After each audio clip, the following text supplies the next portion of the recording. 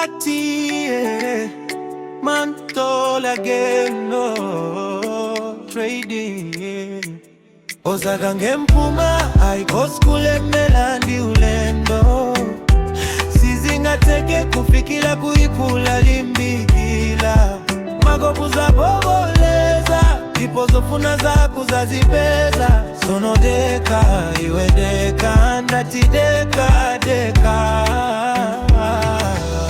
Takumbukila komwe tachoka Ndipo kukala muntu simasewela Unaona pokuti muntu wanango fikila kulangula Mwina kuyenda kapena kuyangana Koma muntu anayamba kubadwa Ndipo samaziwa kalikose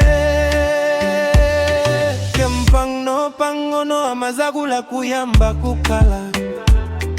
Zimayendela step by step paka kufika po imilila Zimayenda chochi paka kufika po yesela kuyenda Kuka kwa kuzuka kupitiliza ulendo Ukumai afya kumulimbikisa paka kuyenda Anakwanisa zimenezo nazo zelusi na sita maganiso Anabwela zochita nacho zinasita Usapange mpuma haikoskule melandi ulendo Sizingateke kufikila kuipula limbikila Mago uzaboboleza Ipozofuna za kuzazipeza Sono deka iwe deka Ndati deka deka Aso ukamafuna kunkala pabwino Uyembekeze kudusa muzambili Ndipo zinashikala zoa wakamkupilila Usaise chotikati ai Kema ni chitoku malimbikila Ozagona mpwanga zukase gula maso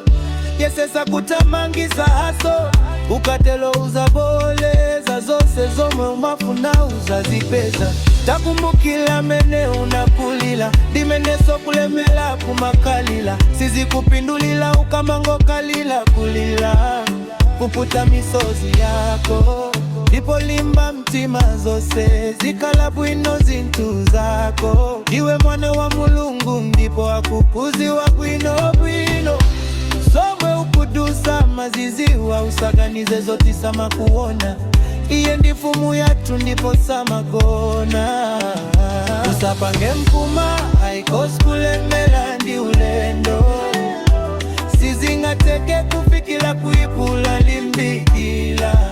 Mago uzaboboleza Ipozofuna za kuzazipeza Sono deka iwe deka Ndati deka